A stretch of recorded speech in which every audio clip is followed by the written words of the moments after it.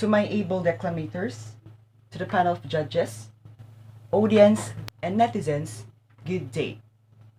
I am here today to strengthen my advocacy, which is to promote chastity among teenagers, so that I may able to raise the level of awareness to treat this important issue. To start my speech, have you ever wondered why chastity is no longer considered and that it is forgotten by numerous people? Well, to feed you with some information, recently, cases of premarital sex and the use of contraceptives are rapidly increasing and considered as one of the relevant issues today. That's indeed a fact.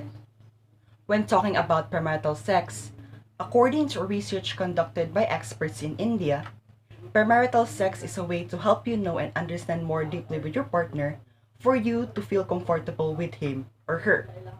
And according to WebMD, premarital sex will result in better mental and physical stability with your partner.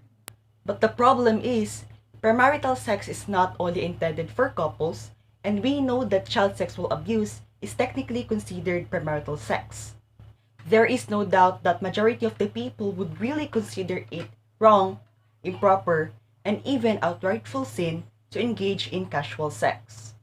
It's because premarital sex is an activity with no commitment and a sex for pleasure with no concern for its possible consequences.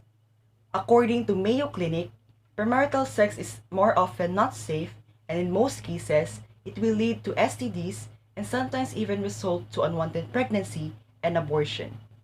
Moving on to the use of contraceptives, according to Guttmacher Institute, contraception reduces the cases of young people from unwanted pregnancy that may have a negative impact not only to their living but also to the environment, economy, and services such as education and health, knowing that increasing population will put pressure on it. On the other hand, according to Planned Parenthood, using contraceptives reduces the risk of acquiring sexually transmitted diseases such as HIV and AIDS that are considered dangerous to human health. But the negative side about it, considering the statement and response of the Catholic Church, majority of devoted persons are against of contraception. In fact, some of the popes reacted to this controversial issue, one of which was Pope Pius XI. In the encyclical Letter of Christian Marriage, he stated that any form of birth control was wrong, and according to Pope Pius XII, to employ natural means of regulating birth was moral. What was immoral was to employ artificial means of birth control. With the presented evidences, this clearly shows that it's important to value life.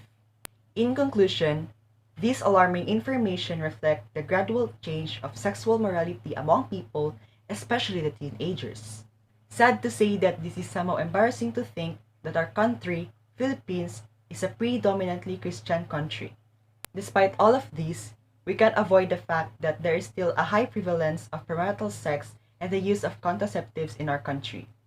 While it's still early, we must practice and accept chastity as one of our virtues and avoid the sexually permissive environment in which we live in.